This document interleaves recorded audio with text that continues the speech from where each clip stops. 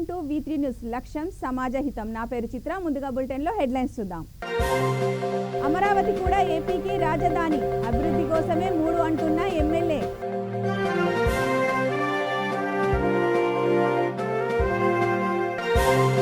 మావోయిస్టుల పేరుతో సర్పంచ్ కు ఫోన్, 20 లక్షలు ఇవ్వాలని సిద్దిపేటలో డిమాండ్.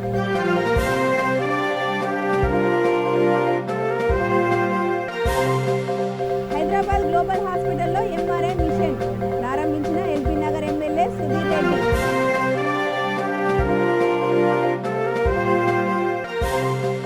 విశాఖ కేజీహెచ్లో 65 మంది స్టాఫ్ తొలగింపు, వీధుల్లోకి తీసుకోవాలని బాధితుల ఆందోళన.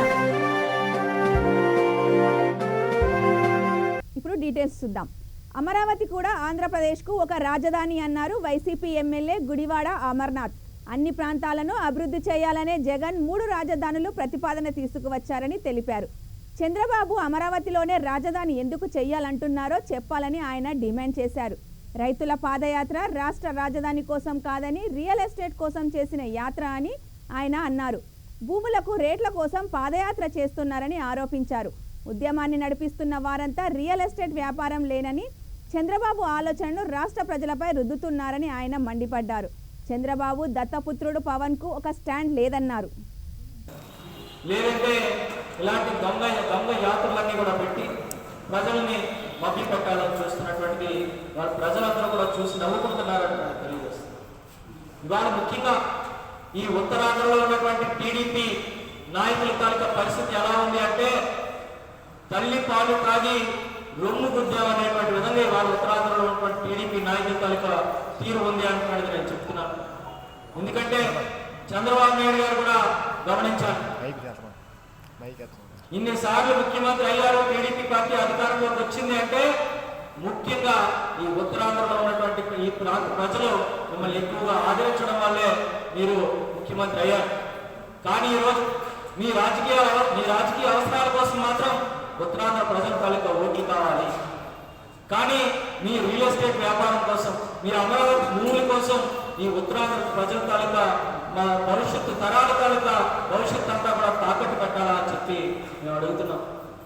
నిజంగా ఈరోజు ఉత్తరాంధ్ర ప్రాంత ప్రజలు ఎక్కడెక్కడి నుంచి వచ్చినటువంటి వలస నాయకులందరినీ కూడా ఆదరించి అక్కడ చేర్చుకొని ఎంతో మంది పై జిల్లాల నుంచి పై ఇతర ప్రాంతాల నుంచి వచ్చినటువంటి వాళ్ళని వాళ్ళ చట్టసభలకు పంపించినటువంటి ఘనత వాళ్ళ ఉత్తరాలు. అంత మంచి మనసు ఉన్నటువంటి మనుషులు విశాఖపట్నం ప్రజలు. అటువంటి ప్రజలకి ఈరోజు అన్యాయం జరుగుతుంది. ఇవాళ చంద్రబాబు నాయుడు అన్యాయం చేయాలి అని చూస్తుంటే మాట్లాడకుండా ఉంటున్నారు అంటే ఇంతకన్నా దౌర్భాగ్యం కానీ ఇంతకన్నా ద్రోహం కానీ ఏమైనా ఉంటుందా అని చెప్పి నేను అడుగుతున్నా. ఇందాక చెప్పారు అమర్నాథ్ గారు, ఇది ఎక్కడా కూడా రాష్ట్రానికి సంబంధించినటువంటి యాత్ర కాకుండా కేవలం మీ రియల్ ఎస్టేట్ కోసం, మీ భూములు కాపాడుకోవడం కోసం, వాటి విలువలు పెంచుకొని ఏదో రకంగా వాటిని అమ్ముకోవాలని చేస్తున్నటువంటి యాత్రే కానీ ఎక్కడా కూడా ఇక్కడ ప్రజల తాలూకు ఆకాంక్షలు కానీ ఎక్కడా కూడా కనిపించట్లేదని తెలియజేస్తున్నాను.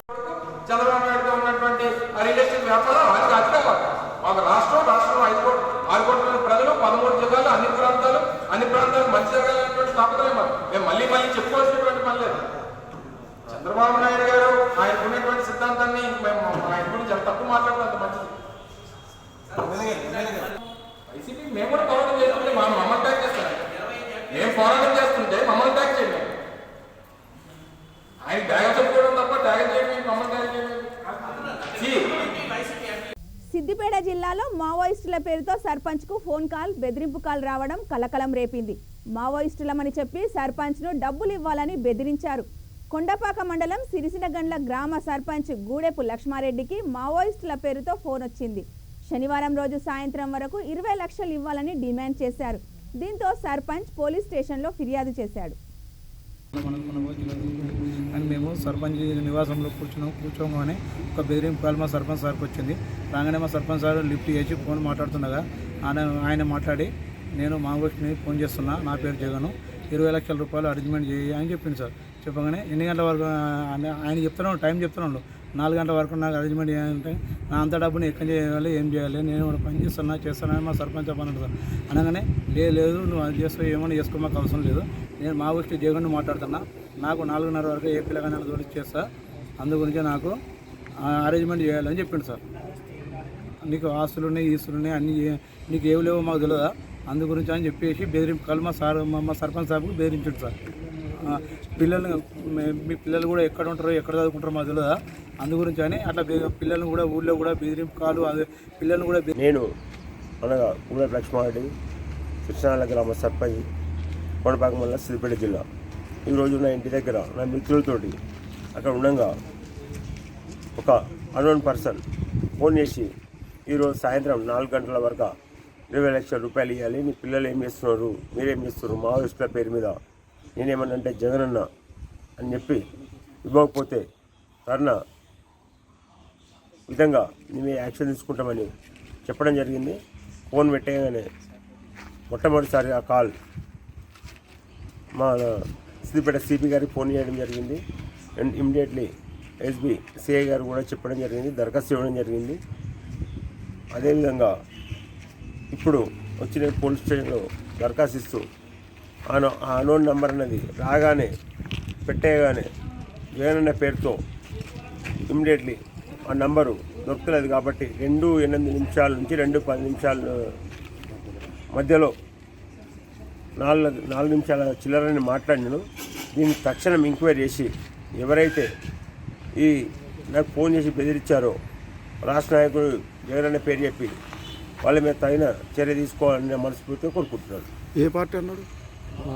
మావోయిస్ట్ జగన్ జగన్ అని చెప్పంగా నా పక్కపంటి అక్కడ మేము అందరం ఉన్నాం కాబట్టి సీను, నరసింహులు, సైదులు, చంద్రమౌళి, బాలిలం వీళ్ళందరం ముంగట్లు అనుకోకుండా ఏదో జోగి ఎత్తున్నాను అనుకున్నా, లేకపోతే సీరియస్ ఉంటుందని బెదిరిస్తున్నాడు. అన్నోన్ నెంబర్ నుంచి ఫోన్ చేసినాడు కాబట్టి తక్షణం నేను తప్పు చేస్తే దానికి ఉండాలి, కానీ లేదు అంటే ఈ కథ వీళ్ళది ఏంది అన్నది చట్టరీత్యా చర్య తీసుకోవాలని కోరుచున్నాను. Hyderabad Aware Gleneagles global హాస్పిటల్లో అత్యాధునిక 1.5 టెస్లా ఎంఆర్ఐ మిషన్ను ఎల్బీ నగర్ ఎమ్మెల్యే సుధీర్ రెడ్డి శనివారం ప్రారంభించారు. ఎల్బీ నగర్ చుట్టుపక్కల ప్రాంతంలో ఎక్కడా లేనటువంటి ఈ మిషన్ను గ్లోబల్ హాస్పిటల్లో ప్రారంభించడం సంతోషం కలిగించిందన్నారు. కరోనా మహమ్మారి తర్వాత ప్రజల్లో ఆరోగ్యం పట్ల అవగాహన పెరిగిందన్నారు. ప్రతి ఒక్కరూ ఆరోగ్యం పట్ల శ్రద్ధ వహించి రోగ నిరోధక శక్తి పెంచుకోవాలన్నారు.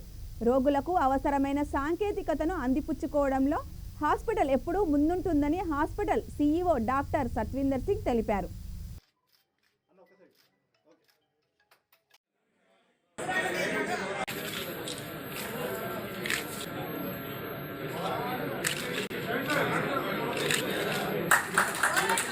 I also invite Dr. Murli, who is the senior consultant radiology, who is heading the. Though you are a busy schedule, but still you accepted our invite and you have come to us. Global హాస్పిటల్లో కొత్తగా స్థాపించిన MRI 1.5 Tesla ఎంఆర్ఐని, ఇది నూతన technology and కొంచెం లో noise ఉంటుంది and ఎక్కువ resolution ఉంటుంది. ఈ ప్రాంతంలో ఎక్కడ కూడా ఇది లేకపోవడం, ఇక్కడ ఈ హాస్పిటల్లో రావడం ఇది చాలా సంతోషకరమైన విషయం. 128 స్లైస్ సిటీ స్కాన్ ఏర్పాటు చేయడం కూడా ఈ పరిసర ప్రాంతాల్లో ఎక్కడ కూడా లేదు. సో ఇది ఈ ప్రాంతంలో ఉండడం నిజంగా చాలా సంతోషకరమైన విషయం. ముఖ్యంగా ఈ సరౌండింగ్స్లో ఉన్న డెన్స్లీ పాపులేటెడ్ ఏరియా ఇదంతా కూడా చాలా middle class, lower middle class ప్రజలు నివసించే ప్రాంతం ఇది. వాళ్ళకి ఇంత మంచి వైద్య సేవలు అందుబాటులో వచ్చినాయంటే నిజంగా చాలా సంతోషకరమైన విషయం. ఇది మాకు కూడా ఒక మంచి పరిణామం. ఎందుకంటే హెల్త్ కేర్ అనేది నవడేస్లో చాలా ఇంపార్టెంట్ అయిపోయింది. Before Covid, after Covid. Before Covid మన లైఫ్ స్టైల్ ఎట్లుండే, ఆఫ్టర్ కోవిడ్ ఎట్లా లైఫ్ స్టైల్ ఉండే, ఈ మధ్యలో ఉన్న గ్యాప్లో అందరికి కూడా ఏమైపోయిందంటే హెల్త్ కేర్ మీద బాగా అవేర్నెస్ పెరిగిపోయింది. హెల్త్ కేర్ చాలా ప్రాముఖ్యత గల అంశం అయిపోయింది. కాబట్టి ప్రజలందరూ కూడా ఏం చేస్తున్నారంటే ఇవాళ రేపు అంతా కూడా ఆర్గనైజ్డ్ లివింగ్ స్టైల్ అలవాటు చేసుకుంటారు చాలా మటుకు. ఒమిక్రాన్ వేరియంట్ అంటున్నారు, డెల్టా వేరియంట్ వస్తుందో ఎక్స్పెక్ట్ చేయలేము. కాబట్టి ఇమ్యూనిటీని బూస్ట్ చేసుకొని మన ఇమ్యూనిటీని పెంచుకొని ఆరోగ్యవంతమైన లివింగ్ స్టైల్ని ఏర్పాటు చేసుకుంటేనే రేపు కమింగ్ డేస్లో మనం మంచిగా ఆరోగ్యకరంగా ఉండే అవకాశం ఉంటుంది. ఇది హోల్ బాడీ అంటే ఏంటంటే తల నుంచి బాడీలోని ప్రతి ఒక్క అవయవాన్ని మనం స్కాన్ చేసుకోవచ్చు అండి. ఇది సైలెంట్ ఎంఆర్ఐ అని అంటాము. ఇది వేరే మిషన్లో ఎంఆర్ఐ కంపేర్ చేసుకుంటే దీంట్లో నాయిస్ వచ్చేది చాలా తక్కువ అండి. ఇంతకుముందు పేషెంట్స్ ఈ సౌండ్కి నాయిస్కి భయపడి స్కానింగ్ చేయించుకునే వాళ్ళు కాదు. ఈ ప్రత్యేకత మూలంగా ప్రతి ఒక్క పేషెంట్ సైలెంట్ ఎంఆర్ఐ యూజ్ చేసుకోవాలని నేను కోరుకుంటానండి. విత్ గుడ్ రిజల్యూషన్ దీని పేషెంట్ చాలా బెనిఫిట్ అవుతాడండి.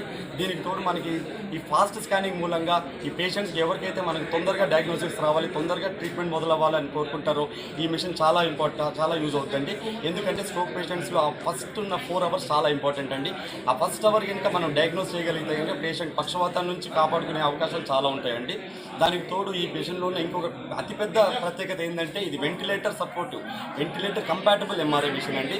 ఈ చుట్టుపక్కల లేని ప్రత్యేకత అండి. ఇది వేరే హాస్పిటల్స్లో కనుక పేషెంట్ వెంటిలేటర్ మీద ఉంటే వాళ్ళకి ఎంఆర్ఐ చేసుకునే సదుపాయం లేదు. కానీ ఈ క్లినికల్ హాస్పిటల్లో గర్వంగా చెప్తున్నానండి, ఎంఆర్ఐ చేసుకోవడానికి వెంటిలేటర్ మీద ఉన్న పేషెంట్ కూడా మనం. విశాఖ కేజీహెచ్లో తొలగించిన 65 మంది ఎఫ్ఎన్ఓ, ఎంఎన్ఓ, డిఈఓలను విధుల్లోకి తీసుకోవాలని బాధితులు డిమాండ్ చేశారు. కేజీహెచ్లో 2018లో అవుట్ సోర్సింగ్ విధానంలో 65 మంది ఎఫ్ఎన్ఓ, ఎంఎన్ఓ, డిఈఓలను విధుల్లో తీసుకున్నారని, ఏపీసీఓఎన్ఎస్లోకి తీసుకున్నప్పుడు ఉద్యోగ భద్రత ఉంటుందని హామీ కూడా ఇచ్చారని గుర్తు చేశారు. అయితే కాలపరిమితి ముగిసిందనే సాకుతో విధుల నుండి తొలగించారని ఆందోళన వ్యక్తం చేశారు.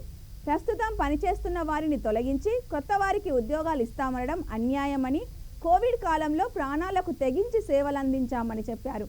తమకు న్యాయం చేయాలని ప్రభుత్వాన్ని కోరారు.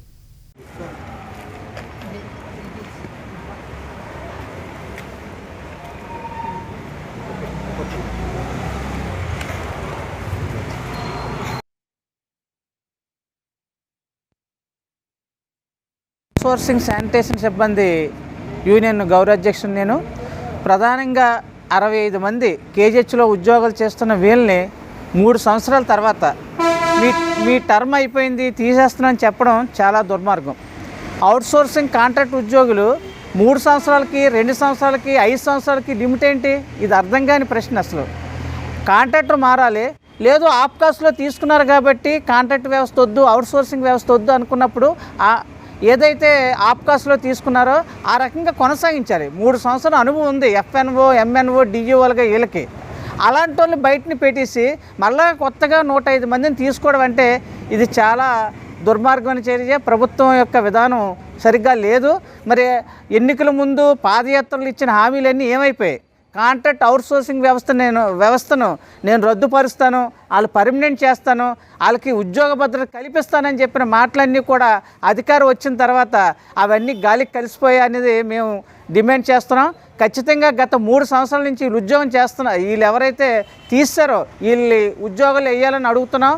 ఒక కారణం ఏంటంటే ఈ నిధులు లేవు కాబట్టి ఆపేమని చెప్పేసి కలెక్టర్ గారే చెప్పారు. ఈ జిల్లాకు అధికారైన కలెక్టర్ గారు అలా చెప్పినప్పుడు 105 మందికి కొత్త నోటిఫికేషన్ ఇచ్చి ఎలా ఉద్యోగాలు వేస్తున్నారో వాళ్ళకి ఎలా నిధులు వస్తున్నాయి? అదే సందర్భంలో ఈ 105 మంది దగ్గర కూడా లంచాలు తీసుకొని మమ్మల్ని ఏ కారణం చెప్పకుండా తొలగించారండి. 3 సంవత్సరాలు అయిపోయింది కదా అని చెప్పి టర్మినేట్ చేస్తారు మమ్మల్ని. అంటే మాకు కాలపరిమితి ప్రకారం 3 సంవత్సరాలు తీసుకున్నారు. కానీ జగన్ వచ్చిన తర్వాత ఆప్ కోర్సులో మమ్మల్ని చేర్చడం జరిగింది. ఆప్ కోర్సు జరిగిన తర్వాత జగన్ గారు చెప్పినట్టు మీకు ఉద్యోగ భద్రత ఉంటుంది, మీదేం తప్పు చేస్తేనే ఉద్యోగాలను తీసేస్తారని చెప్పారు. మేము 65 మంది ఏ తప్పు చేయకుండా కోవిడ్లో కూడా మేము కష్టపడ్డామండి. ఇప్పుడు వచ్చింది ఏంటంటే కొత్త నోటిఫికేషన్ పెట్టాడు. వాళ్ళకేమో 15 మార్కులు వెయిటేజ్ ఇస్తున్నారు. మేము 3 సంవత్సరాలుగా కోవిడ్ స్టార్టింగ్ నుంచి మేము చేస్తున్నాం, మాకేమో 2 మార్కులు వెయిటేజ్ ఇవ్వడం చాలా దురదృష్టమని మేము బాధిస్తున్నామండి. మాకు వెయిటేజ్ కల్పించక ఇటువైపు మా ఉద్యోగాలు తీసేసి 3 నెలలు బట్టి రోడ్ల మీదే తిరుగుతున్నామండి. ఇప్పుడు 15 రోజులు బట్టి గాంధీ బొమ్మ దగ్గర నిరాహార దీక్ష కూడా చేస్తున్నాము. కనీసం నా ప్రాబ్లమ్స్ ఎవరు పట్టించుకోవట్లేదు. ఇలా రోడ్ల మీద తిరుగుతున్నామండి, అప్పులు చేసుకొని తింటున్నామండి అందరూ. ఇంత బాధగా ఉన్నాం కదా అని సీఎం దగ్గరికి వెళ్ళి చెప్పుకుందామని ఈరోజు వెళ్తే కనీసం పోలీసులు మమ్మల్ని మనుషుల్లా కూడా చూడకుండా లాక్కొని వ్యాన్ ఎక్కించి ఈరోజు స్టేషన్లో వేస్తారండి మమ్మల్ని. మా ఆడవాళ్ళందరినీ కూడా మొత్తం ఎవరిని వదలకుండా మొత్తం 65 మందిని అందరినీ తీసుకొని వచ్చి ఇప్పుడు ఈరోజు పోలీసులు వేస్తారండి ఇక్కడ. కాబట్టి ఇది ఎంతవరకు న్యాయం అని ప్రభుత్వాన్ని మేము ప్రశ్నిస్తామండి. జగనన్న మాకు న్యాయం చెయ్యాలన్నా, మా ఉద్యోగాలు మాకు ఇవ్వాలని కోరుకుంటున్నాం. ఈ విషయం మీడియా ద్వారా మీకు తెలియాలి, తెలిసి మాకు న్యాయం చేయాలని మేము కోరుకుంటున్నాం అన్న. ఇంటర్ ఫలితాల్లో తమ విద్యార్థులు సత్తా చాటారని తపస్య జూనియర్ కాలేజ్ యాజమాన్యం తెలిపింది. నిన్న విడుదలైన ఇంటర్ ఫలితాల్లో ఎంఈసీ విభాగంలో 494 మార్కులతో సాయి మనోజ్ఞ స్టేట్ మొదటి ర్యాంక్ సాధించిందని కళాశాల డీజీఎం ఓగురి శ్రీరామ్ తెలిపారు. తపస్య విద్యా సంస్థల నుండి వరుసగా 8వసారి స్టేట్ ఫస్ట్ ర్యాంక్ సాధించడం మరో విశేషమన్నారు. అలాగే మొదటి 3 స్థానాల్లో 14 మంది, మొదటి 5 స్థానాల్లో 21 మంది, మొదటి 10 స్థానాల్లో 72 మంది, ఏ గ్రేడ్ 966, బి గ్రేడ్ 863 మంది విద్యార్థులు మొత్తం 81% ఉత్తీర్ణత సాధించినట్లు తెలిపారు. మొదటి ర్యాంకర్ సాయి మనోజ్ఞతో పాటు పలువురు విద్యార్థులను సన్మానించారు.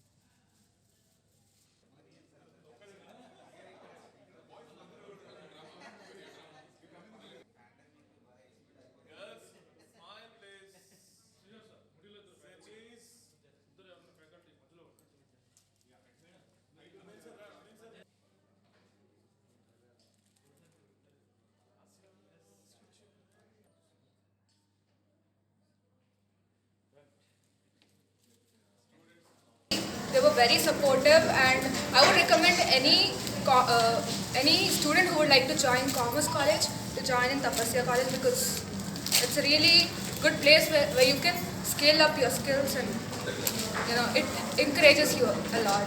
Thank you everyone. మేము తపస్య కాలేజ్లో చదువుతున్నాము, నారాయణగూడ బ్రాంచ్ నుండి. నా పేరు అక్షర.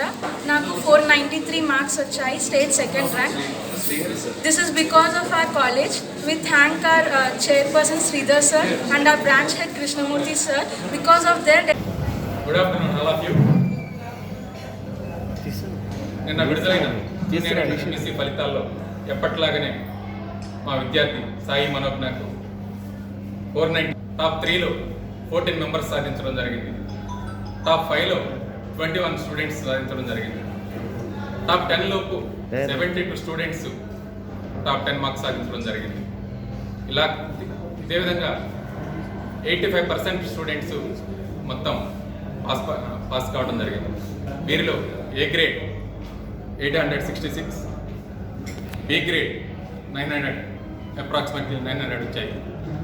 ఇంతటి ఘన విజయాన్ని సాధించడానికి కారకులైన మా చైర్మన్ శ్రీధర్ గారి నిరంతర పర్యవేక్షణలు, మా లెక్చరర్స్ ఆన్లైన్ టెక్నాలజీని అడాప్ట్. చెన్నైలోని విజయ హాస్పిటల్కు హార్ట్ సర్జరీ కోసం వెళ్తే మోసం చేశారని తిరుపతికి చెందిన రిటైర్డ్ ఇంజనీర్ గంగాధర్ యాదవ్ ఆరోపించారు. గుండె జబ్బుతో బాధపడుతూ ఈ నెల 4వ తేదీన చెన్నైలోని విజయ హాస్పిటల్కు వెళ్లానని చెప్పాడు.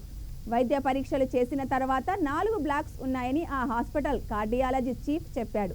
ఒక్కో స్టంట్కు ఒక్కో రేటు చెప్పి మొదట యాంజియో చేసి పంపించారని తెలిపాడు. తర్వాత 14వ తేదీ ఆపరేషన్ చేశారని చెప్పాడు. ఆపరేషన్కు ముందు 1,90,000 కట్టించుకొని తర్వాత బిల్లు లేకుండా మా కొడుకు దగ్గర మరో 50,000 రూపాయలు కట్టించుకున్నారని చెప్పాడు. డిశ్చార్జ్ అప్పుడు 2,99,000 డిమాండ్ చేశారని, అదనంగా 1,10,000 రూపాయలు చెల్లించాల్సి వచ్చిందని వాపోయాడు. హాస్పిటళ్లపై పోలీసులకు ఫిర్యాదు చేస్తానన్నాడు.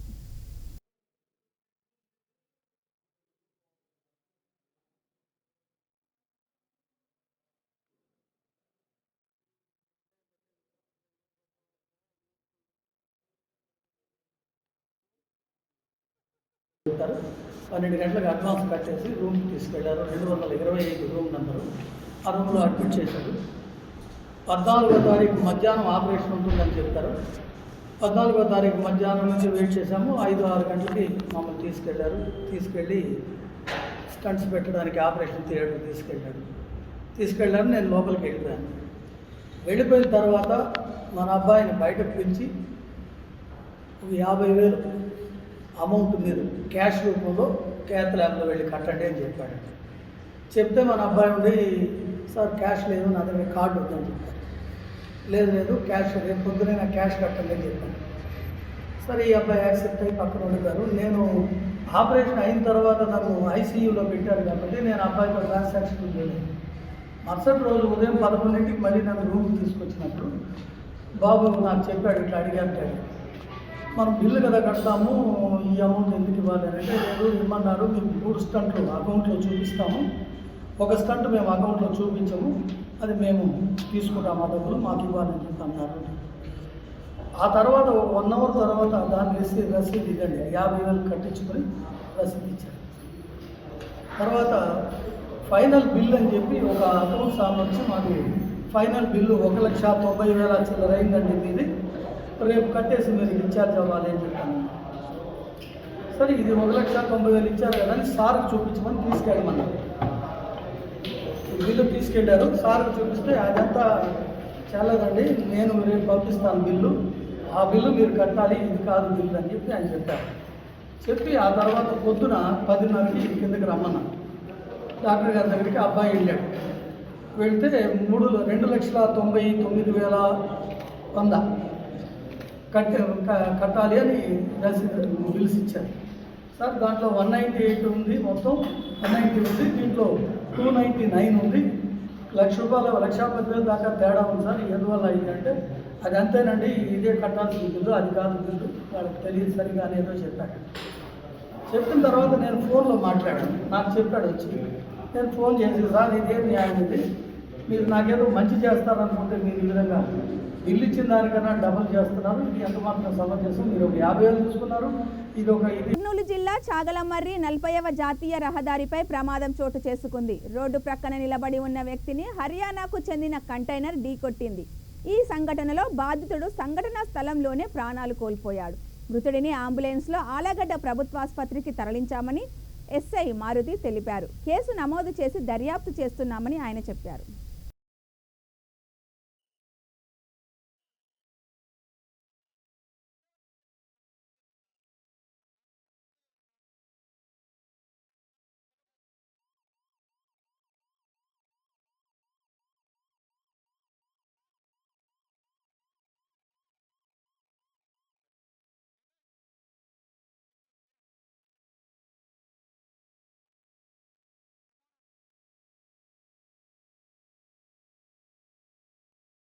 నిర్మల్ జిల్లాలో మండల కేంద్రమైన మూదోల్లోని జ్యోతి బాపులే చౌరస్తా వద్ద రోడ్డుపై స్పీడ్ బ్రేకర్లు ఏర్పాటు చేయాలని స్థానికులు అధికారులను కోరారు.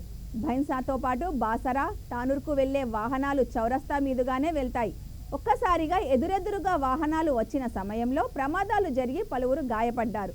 ప్రతిరోజు వందల సంఖ్యలో వాహనాలు రాకపోకలు కొనసాగడంతో చౌరస్తాలో ప్రమాదాల సంఖ్య పెరుగుతోంది. ఇప్పటికైనా అధికారులు స్పందించి స్పీడ్ బ్రేకర్లను ఏర్పాటు చేయాలని స్థానికులు కోరుతున్నారు.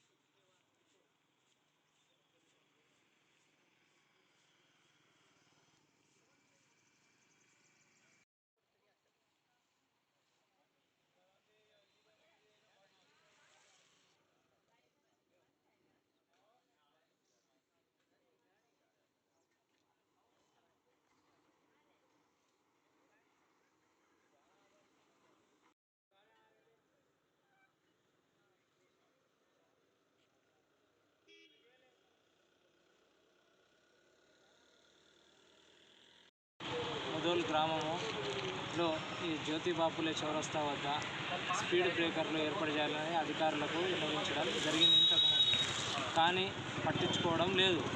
ఇప్పుడైనా స్పందించి స్పీడ్ బ్రేకర్లు ఏర్పాటు చేయగలరని మా యొక్క మనవి. ఎందుకంటే ఈడ బాగా వాహనాల తిరుగు ఎక్కువైపోయింది, జనసంఖ్య పెరుగుతున్నది. కాబట్టి స్పీడ్ బ్రేకర్లతో కొద్దిగా కంట్రోలింగ్లో ఉంటుంది అన్నట్టు మనం. ఇంతకుముందు 3 యాక్సిడెంట్లు అయినాయి. ఒకటి నిజామాబాద్ జిల్లాకు, ఒకటి ఉన్న స్పీడ్ బ్రేకర్ బాగా కఠినంగా స్పీడ్ వచ్చుట్లా యాక్సిడెంట్ అయింది, బస్సు కింద వచ్చేసిండ్రు. ఒకటి ప్రాణాపాయం జరగలేదు, మంచిది. అందుకోసం అధికారులు స్పందించి వెంటనే స్పీడ్ బ్రేకర్లు వేయగలరని మా యొక్క మనవి. యాదాద్రి భువనగిరి జిల్లా చౌటుప్పల్ మండల పరిధిలో ఎస్ఓటి పోలీసులు తనిఖీ నిర్వహించారు. వే బిల్లులు లేని నకిలీ వే బిల్లులున్న వాహనాలను గుర్తించి కేసు నమోదు చేశారు. అలాగే ఓవర్లోడ్తో వెళ్తున్న 16 ఇసుక లారీల గుర్తించి కేసు పెట్టారు. అనుమతులు లేని వారు వాహనాలు నడపవద్దని కోరారు.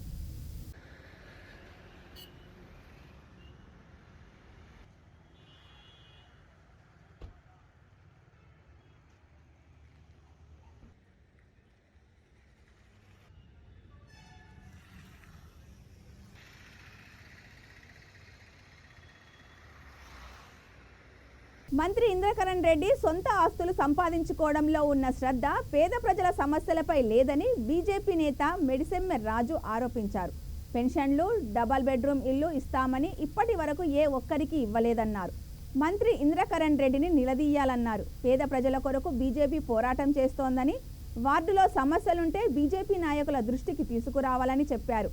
టీఆర్ఎస్ నాయకుల అవినీతి భాగోతాన్ని ఎప్పటికప్పుడు ఎండగడతామన్నారు. బోయవాడ సంబంధించిన మీకు ఏదైనా ఏ ఇబ్బంది ఉన్నా మీరు అవన్నీ రాయండి. కిచెన్లు రాని వాళ్ళవి, డబుల్ బెడ్రూమ్ రాని వాళ్ళవి అన్నీ రాయండి. రాస్తే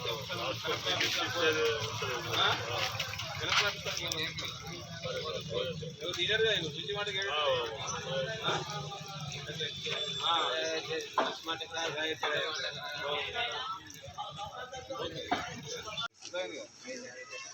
బాబు అర్థమైందా? అందరూ కలిసికట్టుగా ఉంటేనే మీ వాడ కట్టుగా డెవలప్ అవుతుంది. చాలా మంది తర్వాత డబ్బు లేదు. అది ఇప్పుడు ఐక్యరెడ్డికేమో అన్నీ ఉన్నాయి, 100 కోట్ల సంపాదన ఉన్నది. కానీ మనకు మాత్రం ఏం లేదు. మనం అడుక్కునే పరిస్థితి. సరిగ్గా ఎలక్షన్ వస్తున్నాడు, మాయమాట చెప్తున్నాడు, ఏదో రకంగా గుర్తించుకుని పోతున్నాడు. డబుల్ బెడ్రూమ్ ఇస్తా అని చెప్పి మోకెట్టు చెప్పి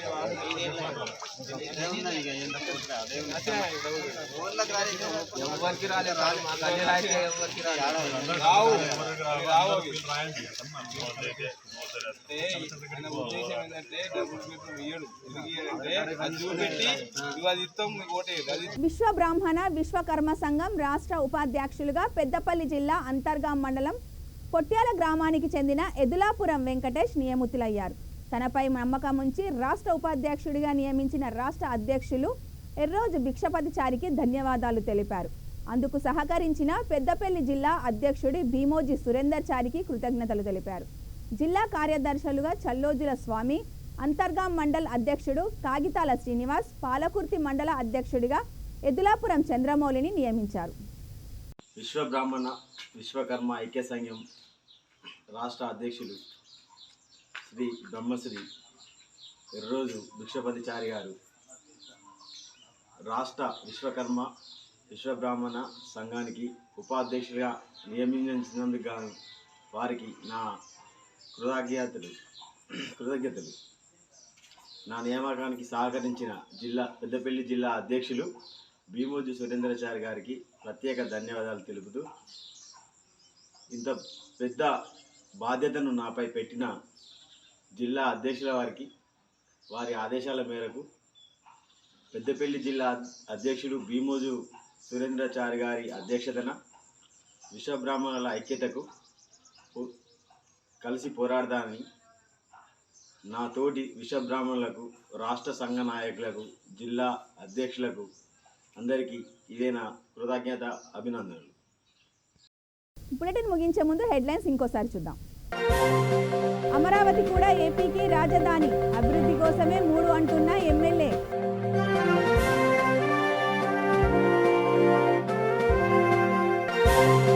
మావోయిస్టుల పేరుతో సర్పంచ్కు ఫోన్, 20 లక్షలు ఇవ్వాలని సిద్దిపేటలో డిమాండ్.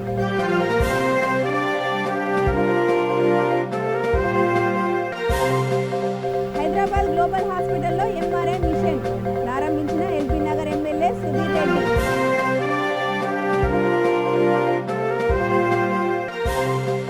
విశాఖ కేజీహెచ్లో 65 మంది స్టాఫ్ తొలగింపు, వీధుల్లోకి తీసుకోవాలని బాధితుల ఆందోళన. ఇవి ఈ బులెటిన్ విశేషాలు. చూస్తూనే ఉండండి V3 లక్ష్యం సమాజహితం.